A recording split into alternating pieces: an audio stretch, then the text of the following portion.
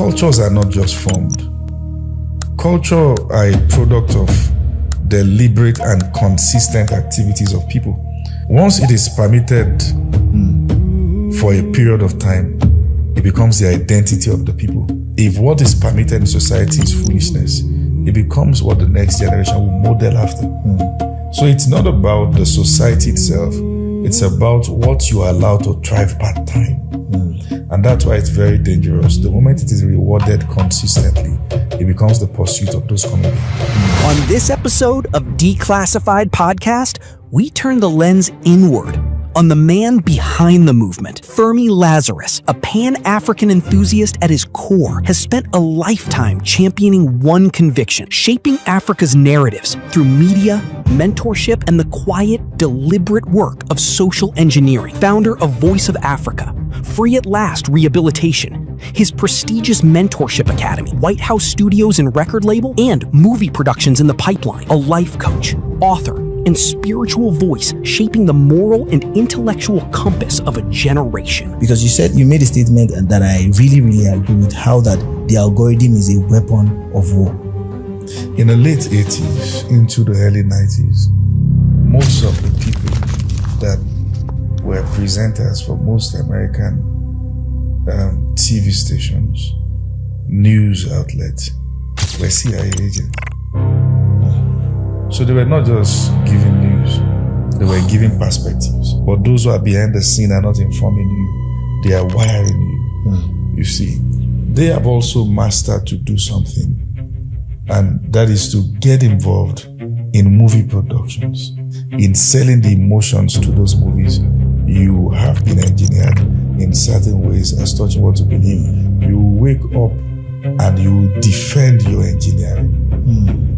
You will defend it with your life and throw people, because social engineering is more powerful than schooling. Social engineering.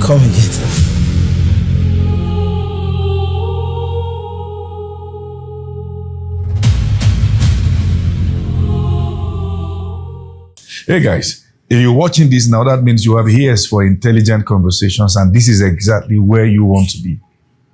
We have conversations that will get you at the edge of your seat, and this particular one is one you don't want to miss. I have a very honest request from you as we start this conversation. I'd like for you to like this broadcast. That helps us to get this to as many people as possible. You know, we can work together, getting intelligent conversations to people all over the world. And I'd like you to drop your comment. Let us know how you feel. Let's know how this has impacted you. And one thing you want to do also is to subscribe to this YouTube channel, as this will notify you whenever we're bringing up videos, podcasts, or any other kind of video that can be a blessing to your heart. I look forward to having you again and again on this show. Thank you so much.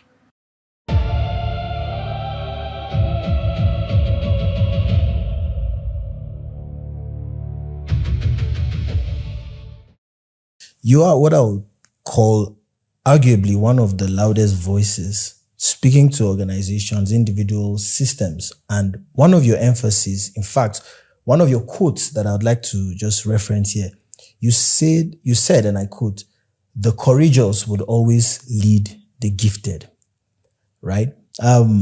We can argue this. I have seen very gifted people, exceptionally talented people, but did not amount to so much.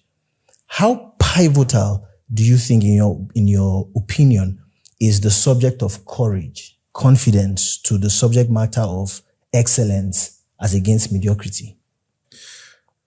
There was a research work published in the year 1999. I think the title is Unintelligent and Unaware, something like that. Something happened in the early 90s. A man called Mark Otto Wheeler, an American guy, went to rob a bank. And for some reasons, he robbed the bank without a mask. Without a mask. So the security camera captured his face.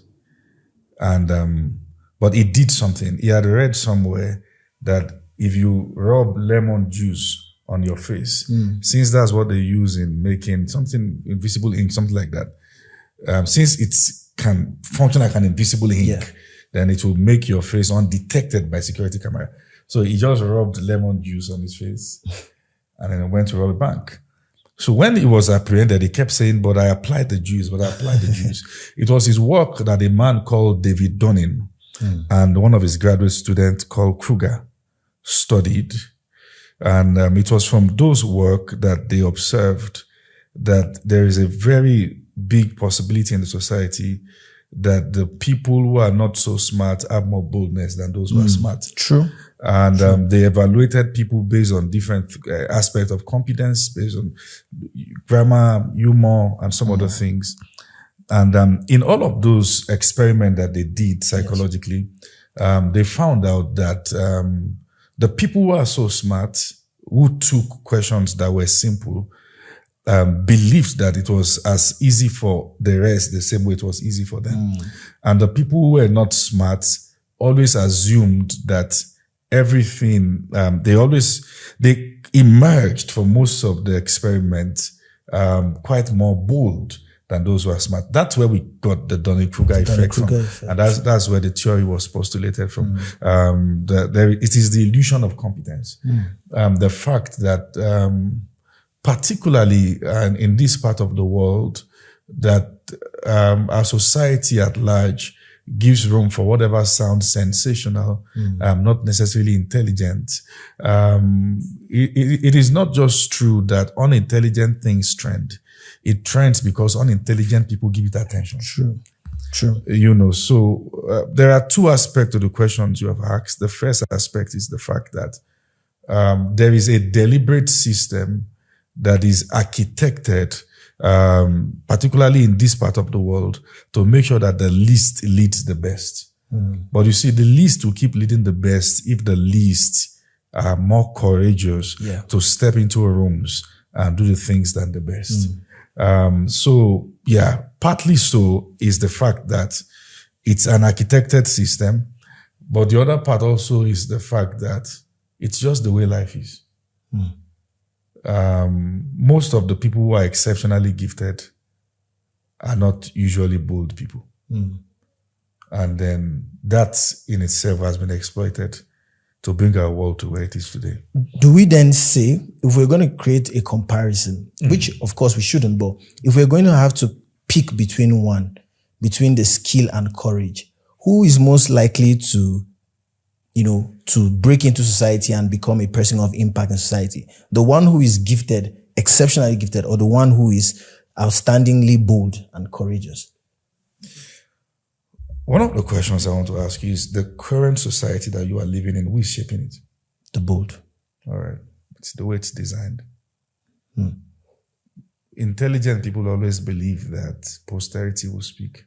Bold people will change it before it speaks.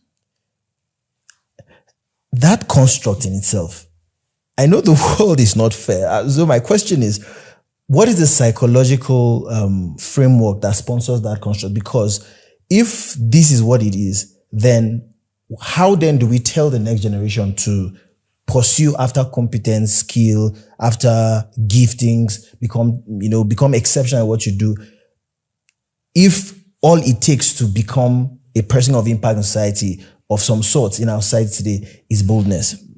How do we draw the line? Are we necessarily saying that all it takes to become a person of impact is boldness? I think first is to observe the reality. What's the observable reality here? The observable reality is that if you're a person who is competent but don't have the audacity to step into the right rooms and to pitch in the right places and with the right people, it will be assumed that you don't have the competence in the first place. That's the observable reality. As to how that shaped the next generation or not, I think it is also important you understand that competence alone does not write history. It is those who are courageous to put their name, their face, and their work in each chapter that will reflect. And it is what they put there that the next generation will read. So I don't think it is what it is. And it's not enough to have either of them. It's not enough to be bold. without being competent. Yeah. And it's not enough to be competent if you're not bold. I think there are two sides of the divide that it is important people combine the both. Yeah. Very true. Very true. On the subject of mediocrity, you've spoken a number of times about this in a lot of platforms that you run. I want to ask a question. Is mediocrity a choice or a psychological construct? What I'm saying by that is the society wired to make people mediocre, or is this a function of the decisions they have chosen? Is it a function of the life choices they have made that have brought them to the point of mediocre? Or is mediocrity, I beg your pardon, or is there a deliberate attempt, construct to keep people mediocre? Let's look at it like this. Societal culture functions like the algorithm of your social media. So let me explain. If you watch something, the same thing, or from the same person, once, twice, fourth time, the fifth time, and you keep binge watching like that, the algorithm immediately assumes that you're interested. That's your interest. Yeah. Before it serves you every other thing, it will serve you that. True. When we promote certain things in the society itself is a neutral canvas. It is what we promote and project that becomes the observable template. Yeah. So cultures are not just formed. Culture are a product of deliberate and consistent activities of people. So I'm trying to get that question you asked again. Yeah. Is mediocrity a social construct whereby the society... Once it is permitted for a period of time, it becomes the identity of the people. Let me give you an instance. The World Cup is going on as we speak. There are nations that when they are playing with other nations, they play with them with some sense of authority. True.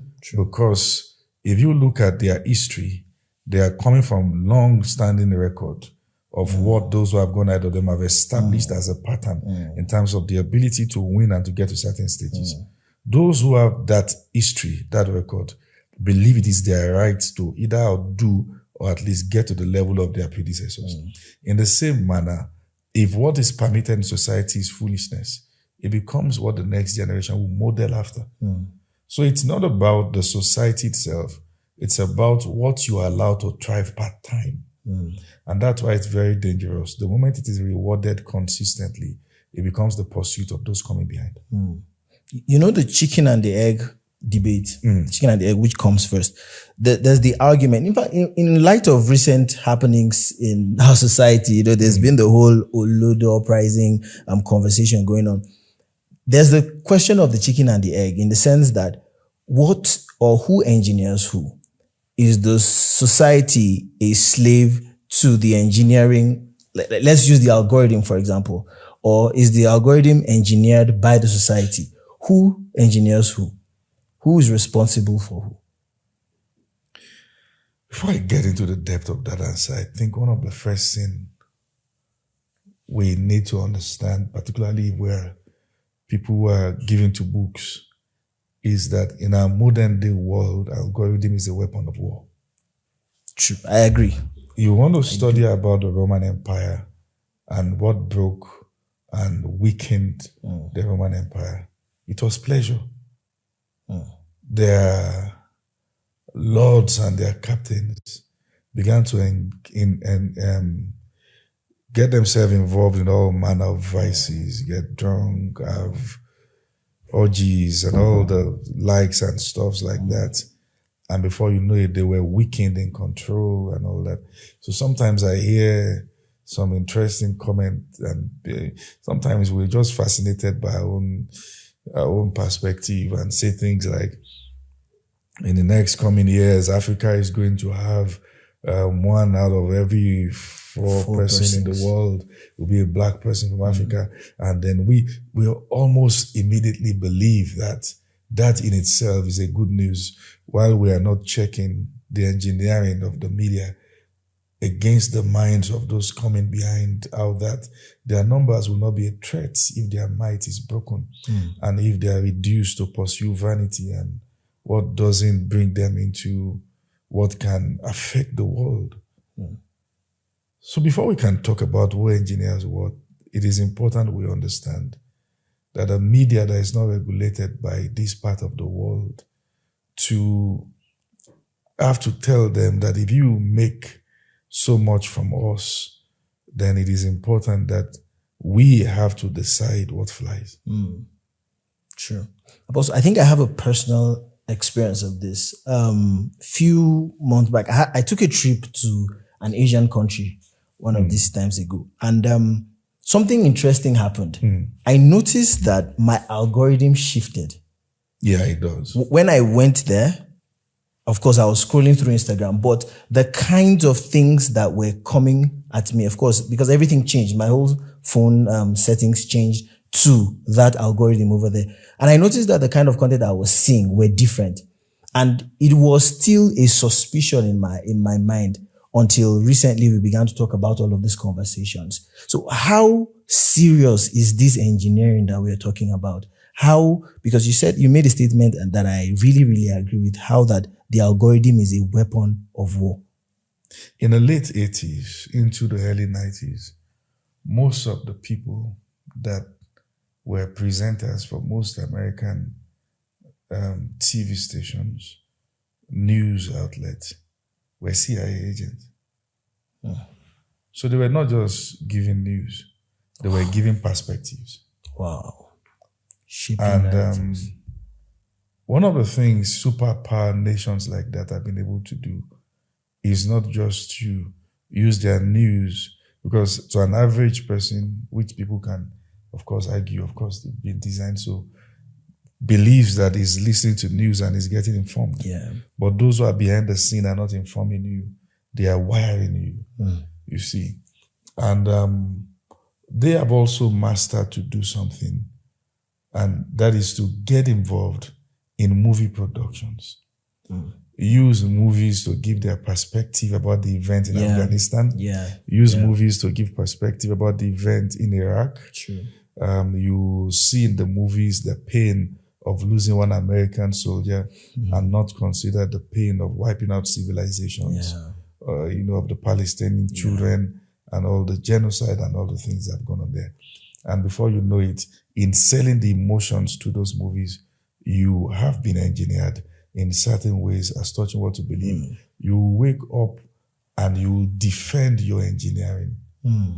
You will defend it with your life and troll people. And the most amazing thing about those kind of engineering is that once it has been done enough, many other things can be done in plain sight. And then now, what will you do? You can't argue, you don't have any defense. You naturally gravitate toward. Because social engineering is more powerful than schooling. Social engineering. So, come again. Social engineering is more powerful than schooling. What sense? When you go to school, you're learning different subjects and all that. The danger of social engineering is that you can be engineered even as an illiterate. You don't even have to enter you have to be in the walls of the school to learn, but to be engineered socially, you just have to be around and observe, listen to the news, see certain movies, and it can even be a widespread culture around the kids.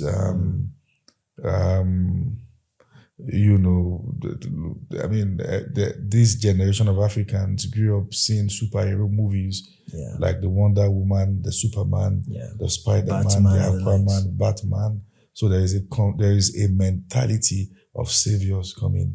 And when I mean saviors, I mean foreign power, external individuals coming to rescue you and all that. Having established that exists, whatever will go on in plain sight, you can't debate it, because the level of sociological engineering required for you to be where you are has been achieved. Wow. If I get you right, you're saying that there is more than meets the eye. What I'm saying is that many African nations need to invest so much in their media. It's amazing when I step into different African nations, and some of my most fascinating trips in Africa, and I've been to other places, but I must tell you that the place I'm more fascinated about African regions, and you'll be amazed at the impact of Nigerian music in some of those places. True. Even when some of the songs are in a blend of either Igbo and Yoruba and English and some Pidgin. Hausa, Pidgin, and even though they don't understand what is being said in those songs and all that, but their perspective about Nigeria is a product of what they get in those songs. The music video, everything they see in those songs is assumed to be Nigerian. So you see that you go to all those places, they are interested in, despite the challenges that we have in Nigeria, these people just want to have an experience of what it means to be Nigerian. They are fascinated meeting a Nigerian, having a handshake with Nigerian, and all that. And I think in a way, if we understand that power that we have in using the media to engineer the way we are perceived, which is what the Western world have done. Yeah.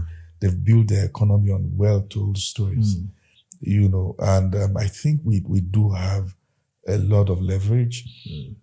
It's not about the argument about why have they produced this for the next generation and for the previous generation and all that. It's about getting into production room and begin to use what we have, and the government understanding that even by investing in media and in entertainment and in those things, you can even bring foreign direct investment, because now people are going to, people respond to what they perceive. You see, and so what I'm saying in nutshell is that the rest of the world have been able to use the media to bring perspective and then to draw investment, to build economy around tourism. There are some places in Bauchi, you will not believe that this is Bauchi. There are places in Taraba, you will not believe that this is Taraba. Kaduna, there are places in Kaduna, you will not believe that this is Kaduna. If you see the Ogudu cattle ranch, you will not believe that this is. If you go to the Erinjesha waterfall, you will be wondering. If you go to Ikogusi in Ekiti, so I think that the government needs to invest in the young people who have the ability to tell the stories about what we have. And that's what brings me to the next conclusion, that I want to believe that there's a reason why access to some of these places are likely under attack. And I'm just going to leave it there. When you leave it there, you make it very that's as far as I want to go in this conversation. I understand that. So it is safe to say, or let me put it this way, and I'd like to ask you, let me just ask that. Do you think it's ever too late to shape narrative? What I mean is, this engineering has gone on for so long. Growing up, there's the perception I have about certain regions of the world. And this has gone on for so many years. Do you think it's ever too late to start reshaping narratives? Even now, it's not late. Why do you want to go to New York? You saw it in movies. Why do you want to go to Paris?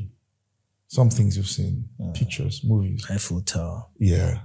Why do you want to go to Venice? Some things you've read, some things you've seen, and all that.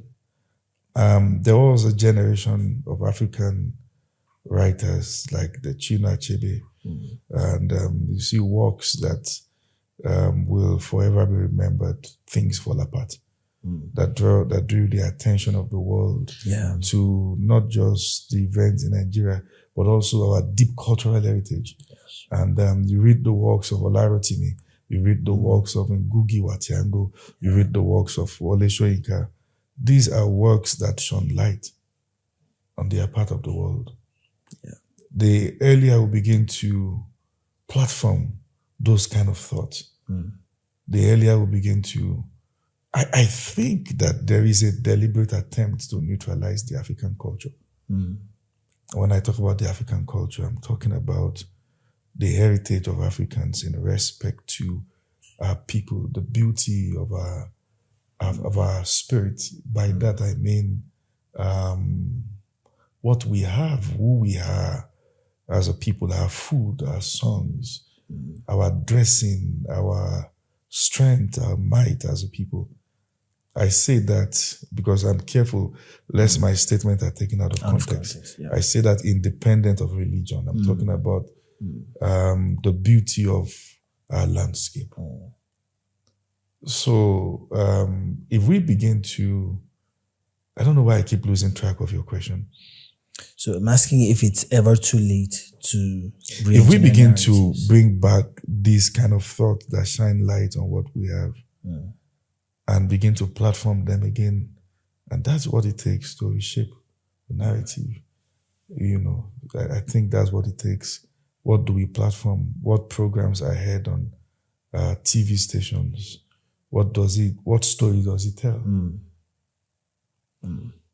In shaping narrative, you have to employ strategy over honesty.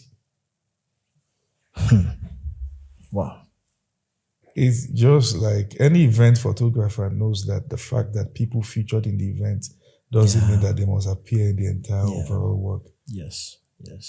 So the fact that things are happening doesn't mean that they must feature in the story you want to tell, particularly to the world. And I think that's what, what we call the West have gotten right over us, in the sense that, it just, as we get older, it becomes obvious that some of the things that we see. I'm always really not so much of a fan of projecting us as victims of the West. There are thieves that don't steal until you drop what you have.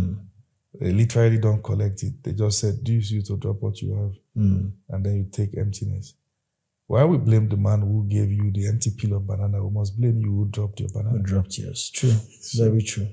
Very true. Yeah. And I also think, in support of what you just said, there's the idea that we have sold about ourselves to the world. Even when we tell our own stories, many times you find us tell it in the light of what is wrong, what is bad, what is not working, the Nigeria that is failing, the Africa that is impoverished, as opposed to highlighting the beauty, as you've said, in our landscape. What can you say to this? There are agencies, reputable multinational agencies, that are interested in buying the miserable or the story of misery. Yes. Why they do that is another question that we have to answer. There are those who believe that they do that out of malice and out of the intention to water down our identity. But I say that they do that because of money. Because those who fund those agencies believe that they are kind and they are helping the broken, impoverished, poor, and die in Africa. They sell the stories to their partners. But the man selling the story knows the true story. He's just selling what to sell. Yeah. So it is now the duty of a black man not to be a part of those who want to sell the negative story of your heritage. Because when you die, that story becomes the story of your children. True. So a few days ago, sorry to cut in, a few days ago, the president of Burkina Faso, or the Ibrahim Traore, recently put a ban on content that portrays people in impoverished settings in Burkina Faso. So if you are an international organization coming to give aid and all that, you are not allowed to take pictures that represent the society in a impoverished light. I want to ask you a question. If I run an NGO that is to help alleviate poverty in an environment, if I eradicate poverty in the environment, will I be relevant? At all. So, the continuation of lack in that environment is what gives me job. Is what puts food on the table. Yeah. So most of the NGOs that we have who came from all those places to solve problems, it is the existence of the problems that fuels their own existence. True. So the question is, are they solving the problem or maintaining it? Maintaining. And that's the reason why most serious government now are investigating the activities of foreign NGOs as to what exactly the activity is. Yeah. Are you giving aid or gathering data? Are you giving aid or getting or smuggling in and out? those are different cases on their own. So you must understand this. The people who benefit from your misery will not bring you out of it. They don't intend to. Wow. So my next question, I want to ask a question on an individual note. Mediocrity on an individual note, right? We've spoken about societal and even national. What is the psychology of mediocrity? Because like we started this conversation, a lot of people want to live the best lives, but do not know. Some people do not know, or some people do not have the ability, the drive to get there. What is the psychology of mediocrity? The root word there is medium, average. That's the root word there. You're simply asking, why do people settle for being average? Yeah. Everybody settles for what they have been exposed to. You cannot have drive in a direction where you have no models. True. Your definition of success will be to the degree that you become like the most successful around you. Even if the most successful is riding bike. So, what you call mediocrity is what someone else calls success. So the subject of mediocrity is relative to exposure. You identify something as average because you've seen something more. So the person who has not seen something more, that's the peak. And what you call peak for you is another person's average. Yes. So one way or the other, we are all mediocre in the things that we have not seen. This will offend a few people, but that's so true. The ability to be triggered by the truth is one of the most evidential traits of a mind that have settled for average. You don't argue with those who are triggered. You focus on your journey. So what I'm saying is that if I ask you to define what success is to you, how will you define it? What's success to you? It's a question now. Yes, what's success to you? What is it that you will have? At what point will you look at yourself and say you're successful? When you look at me, do you feel I'm successful? Yes. When I look at me, I don't feel I'm successful. The danger of that conclusion is that whoever you look at and conclude is a model of success, once you get to that point, there is a natural tendency for you to settle. Yeah. As to whether or not the person feels he is a success depends on what the person has seen also. So what I'm saying is, one person's peak is another person's base. One person's mediocrity is another person's success. One person's success is another person's mediocrity. So at the end of the day, the success in the lowest class will be when he enters the middle class. And he plateaus there. The moment you can do what your dad didn't do, won't you say you're successful? The moment I can do what my dad didn't do, will I not say I'm successful? So oftentimes it's the reason why people settle for barest minimum. So it's a class thing, it's a strata thing. And it's one of the things I've tried as much as possible to explain in my private lectures, that the information needed to keep you in your level is available at your disposal in the level. Every information you receive from those who are at your level will not take you beyond the level. If it will take you beyond the level, they will not be in the level. There. Wow. It is important that we have teachers, but if your teacher in school knows more about success, he will not teach. My God. Now, that can be an argument on its own. Yeah. And there are people that will come for this conversation and say it's not about success. It's not about being great. Again, my question always is, why are you the one saying it's not about being great? Again, it's about how you have been wired. Yeah. The child of a great man will not say it's not about being great. The reason why you say it's not about being great is a statement that comes from the fact that you have accepted fate. My God. So the reason why when people talk about scaling in certain areas, becoming premium in certain areas, ascend to certain areas, you are the one who is quick to say, it's not about this, it's not about being that. It's because you probably have reached a conclusion that that's a height you cannot reach. And since you know it's not a height, it's a height you may not reach, it is important you build your defense now. So you build your defense, remember that you're small. So by the time you eventually become, you have justification that you are good. That's why you're small. My God. Are you conversant with Abraham Maslow's theory of need? Yeah, talk about it. Yes. He postulated that, human needs is a sense. He used the triangle to describe it. And on the base is the physiological needs. What to eat, shelter, basic. Yeah, physiological. Physiological needs. Then we have safety needs. Yeah. Need to be safe. And then we have social needs. Yeah. Although people try to argue and all that. But at the top of that pyramid is something called self-actualization. Yeah. What are the probability that people will never get to that point on the ladder? What are you talking about? The question you want to ask is, how many get to that point? You must understand that less than 10% of people are those who actually get to the point in life where they touch what is called real success.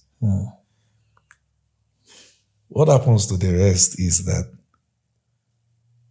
you get to a point where your brain rewires and you succeed at your level. It's relative.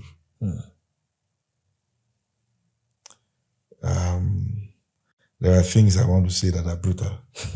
And I don't really trust the world with my premium thought. I'd like to put them in classes. True. But you must understand that the world has prepared for both your success and failure. And the systems are more engineered for your failure. If you die now, the ground that you'll be buried will not be made. It's made. If you fail now, everything that you will have to use is on ground. So there are systems on ground prepared to carry you. It is not a true adage that the sky is wide enough for birds to fly. There are those whose flight depends on you coming down. So not everybody will get to that point. And does it matter? It's world. It's life. It's brutal. It is what it is. But it has also given you space that you can, if you can't get fulfillment in life, at least you can get fulfillment by winning an argument. Yeah. It's part of it.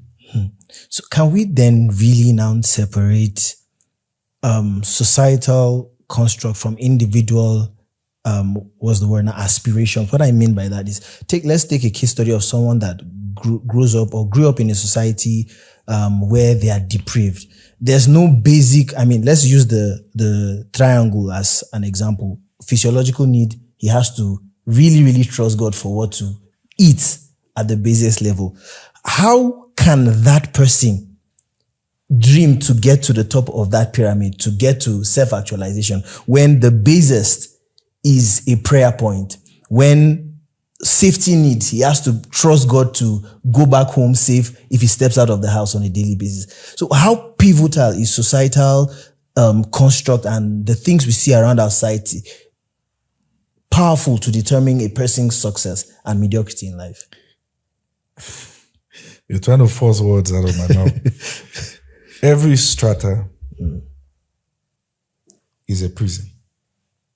And I'm going to explain. When you are at the base of the pyramid, you have everything. You have your school. You have your teachers. Yeah. You have your friends. Yeah. You have your movies. Yeah. You have your entertainers. You have everything. The reason why the jokes that make sense to you is the joke where somebody bought beans, couldn't pay. It's because of where you are. You can relate with it. If care is not taken, what will make you laugh about that, if someone like Trevor Noah will bring a more classy joke, you may not laugh. It's true. Because you can't relate. True. So the comedian that is funny based on the level is based on the level that you are. The religious leader that is smart, that is sound, is also based on the level that you are. So everything is designed to keep you logged in. What you must understand is that the information that you have in that strata will make you slightly better in the strata. If you're going to get something, like I said, it's a locked prison. Yeah. If you're going to get out of that place, the information must come from somewhere above that place. If you're going to get out of the strata, the information must be from someone who has seen or who is in a class that is higher than you. And that also works in the fact that, so if it's coming from there, but this is the implication, is that everything you learn here is your world, it's your ideology, it's your truth. Whatever is coming from there can upset you because it is a truth, but not your truth. Yeah. So you can perceive it as rude, arrogant, or you look at the mannerism and prefer to talk about it over the wisdom. Yeah. So some things that people fight is not a product of whether it is true or not, it's a product of where you were born, what you have been formed with, what you have been shown, what you've seen. So it is also very important that if you want to distill knowledge from a class that is higher than a person, don't just pour it on them. There's going to be corrosive reaction. Yes. So what you want to do is that, and that's the reason why the first thing to do to know those who are ready to get out of that prison is not just hunger for knowledge, it's humility. Humility in the sense that the ability to recognize that everything I know may not be true. That's one of the first questions you have to ask yourself. Wow. Why are you the one that they are using broom to flog, to cast out devils from?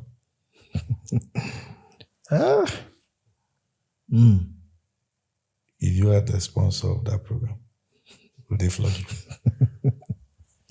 I don't want to get into all this. Yeah. Why are you the one that is sleeping in church for 40 days because you're on a mountain? If you walk in Shell, will they lock you in? It's your truth. These are, like you said, can be offensive to the wrong audience, but truth nonetheless. Because, like you said, the society has all it takes to keep you within that strata. So what then? Because the question then is, what hope do we have? Because if you think about it, if you permit a system where foolish people are louder than intelligent people, you're finished.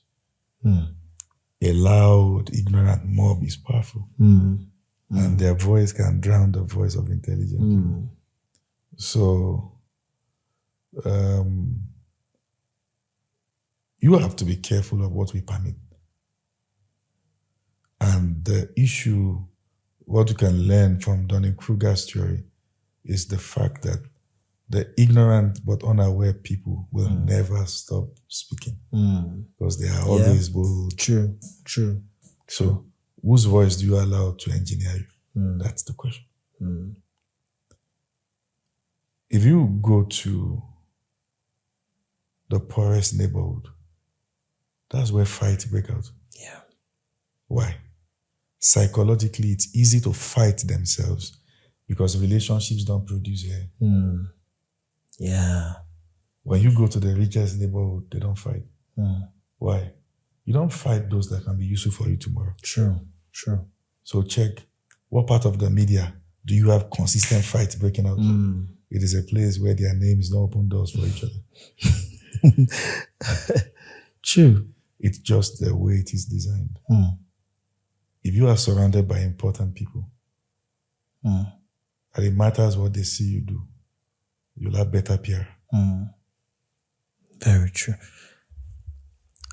I want you to speak to people watching and saying, well, it appears as though life happened to me. I was born in an environment, or I'm in an environment that is not necessarily enabling, as it were. And it looks like my life is headed toward that mediocrity. What can I do? What is the way out? At first, life happens to you. Later, you start happening to life. This is it. It's not your fault where you're born. But your mentality is your fault. You say that again. It's not your fault where you're born. But your mentality is your fault. Because your mentality is a product of what you see and hear.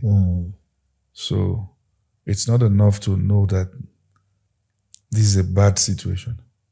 You must build the appetite for something strong, something deeper, something that can change your life. So we don't just sit down in pity and saying that the things I see around.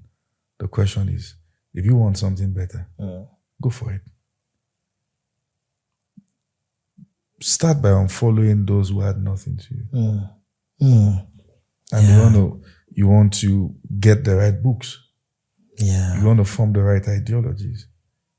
My structure is so wired that I don't get to see, nobody in my circle brings to my consciousness any insult, because those who do that want to bring you to their level. True. So that's why I said that your mentality is your fault. So you came to this world as a blank slate. Yeah, you've seen certain things. At first, you're a victim of those things. It's not your fault. But from the moment you know your right from your left, it is important you choose what schools you. So it's your fault.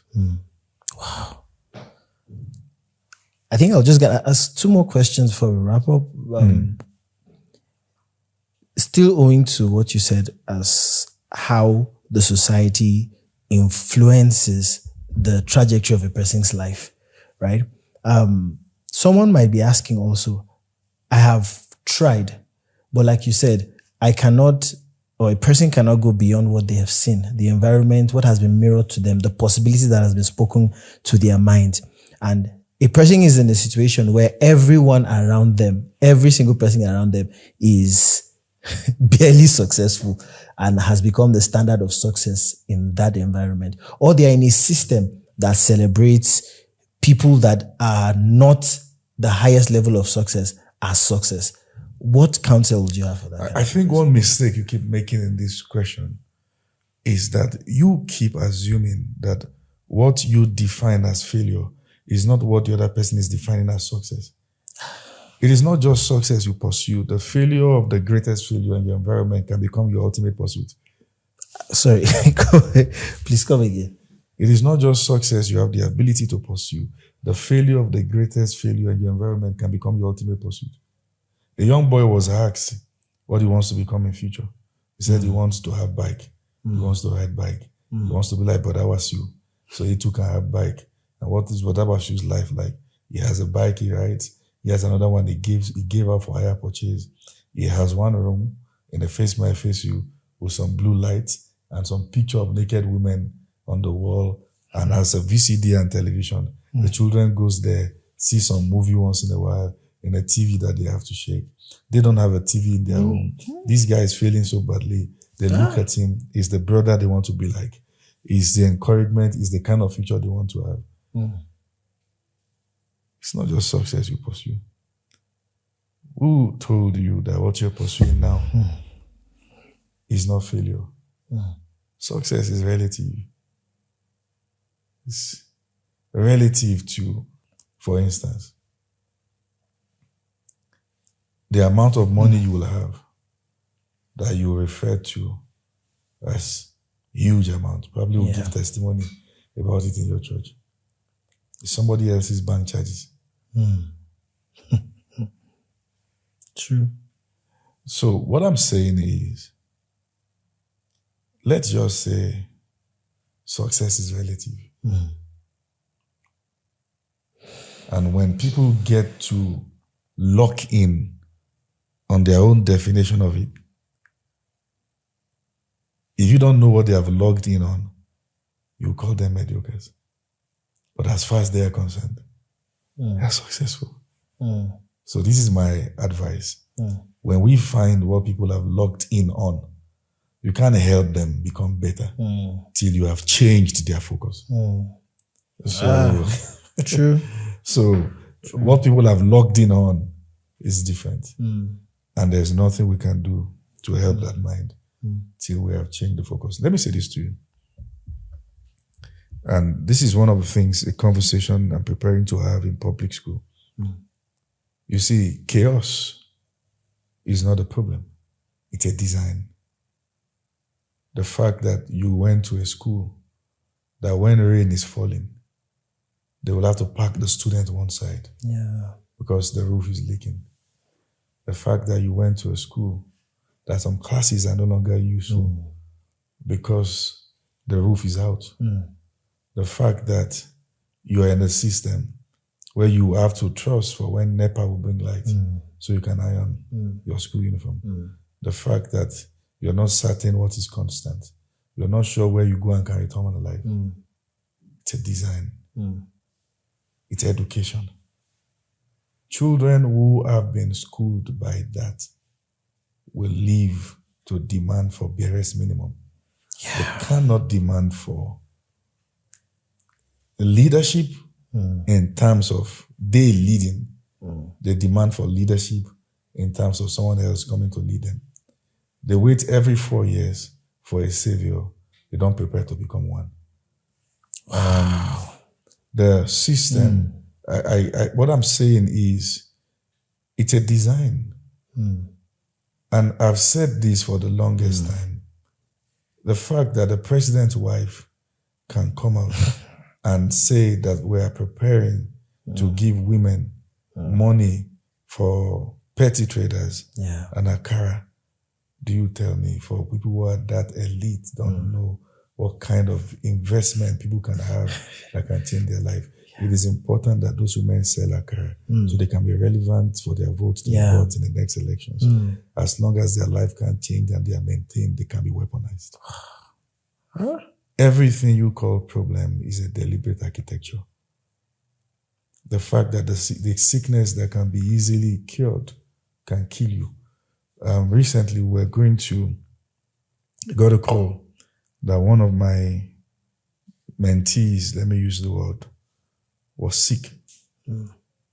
And they needed to operate on her. And it has to do with her lungs. When I got the call, I said, get her to the best place. I'm interested in, she has to get treated by the best doctor and all that. And when they took her to this hospital, I've called them out before, so I'm just quiet about it now. After all the drama, first they said that the anesthesiologist was not on ground. This is a teaching hospital. You know what that means? That's the hospital where medical doctors learn to be doctors. And then finally, they called the anesthesiologist. He came from his house. And then they said there's no light. So the theater is not functional. And this girl was dying.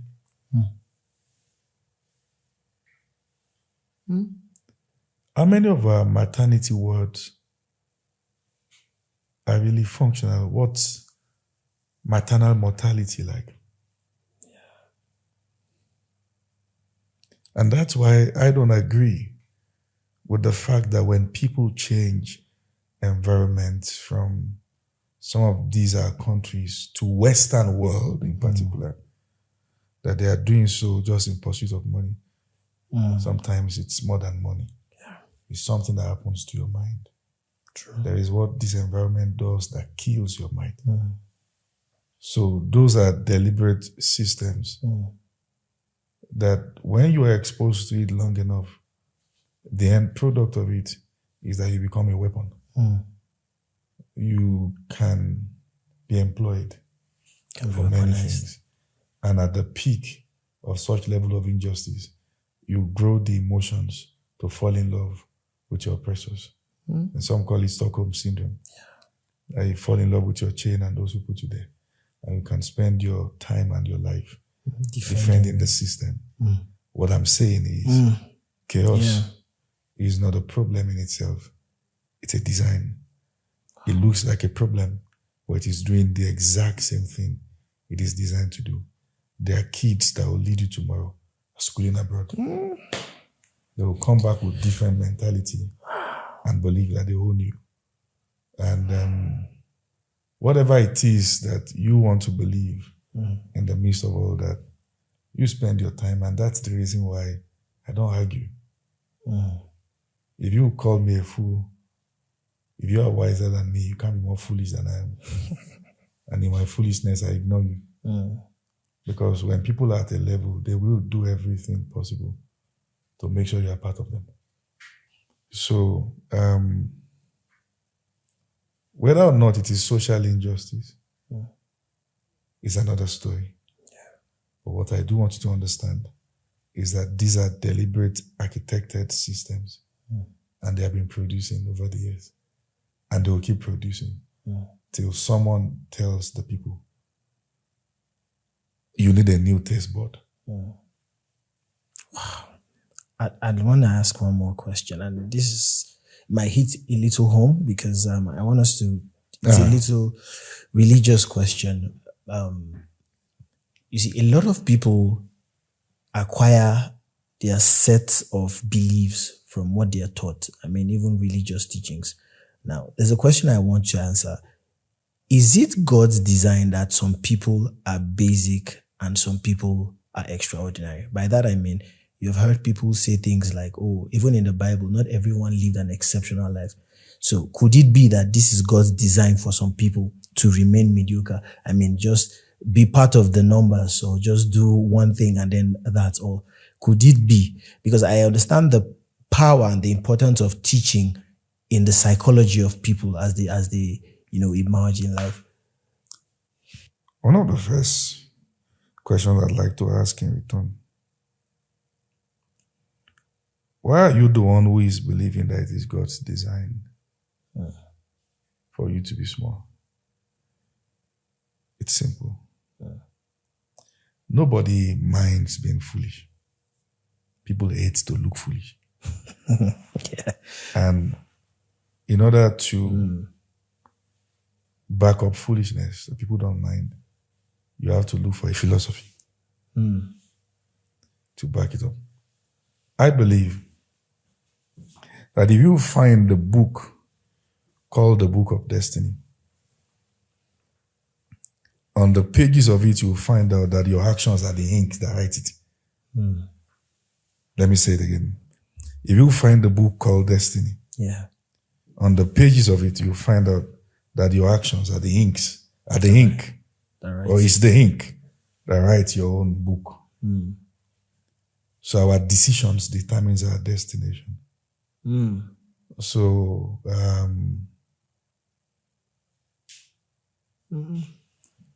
I think I'm more careful now about answering religious questions when dealing with diverse audience. Because everyone is obligated to defend either the truth or the lies they've been told. There is a way you hear a lie consistently, it becomes your truth. True. And then the truth becomes the lie. And that's why the only question I want to put to that is, why is it you that God decide should be small? First answer, because you're already small. That's the first answer. The second answer, you don't know the way out. And you need justification.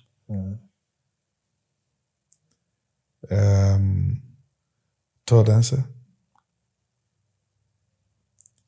you are building a well-curated defense for your eventuality. You want to be able to say, I am like this because I'm better. And even the Bible says, as a man thinks in his heart, So is he. so is he. So your life is the sum total of what has happened to that mind. You see. So this is it. Never attempt to change anybody's opinion. Once it is formed, click on next. Wow.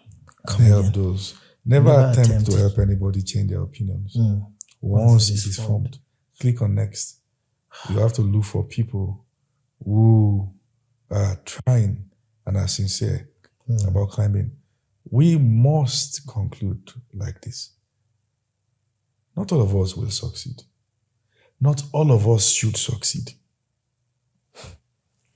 If you go to the safari, or let's say you have the privilege of going to the Masai Mara, where you have a large animal migration through Tanzania to that region of Kenya, and they migrate at that part of the year, and you see a lion trying to eat an antelope. You don't interrupt the activity of the jungle. It's the jungle. If you stop the lion from eating the antelope today, eventually something will eat the antelope. In the jungle called life, some will fail, some will succeed, some will live, some will die, some will get old, some will be young. See, deal with it. If you want something better, it's your choice. Your government won't give you. Your father will not give you what he didn't get. If your teacher knew more, he won't be teaching in that school. He's teaching you the chemistry that he knows. Some of them, you see them trekking, and they've taught in that same place for 25 years. They know the work, but that's as far as they know. Whatever it is that you feel is missing, it's your duty to go for it. And when you find it, don't blame people for what they couldn't give you. If they had it, they won't be in that level themselves. So life is a jungle. And you have to deal with whatever it is that happens. Whatever becomes of you is your choice. It's not like you can't change what you call destiny. I don't know how long you plan to live. It's a question. Very long. How long is very long? 90 plus. 90 plus. Yes. But the truth of the matter is that every day you live, there's an exit opportunity. Yes. True. You can leave now. True. You know what to do. That's destiny. Wow, my God. Thank you so much for this conversation. I mean, it's been exhilarating. Thank you. Thank you. Thank you.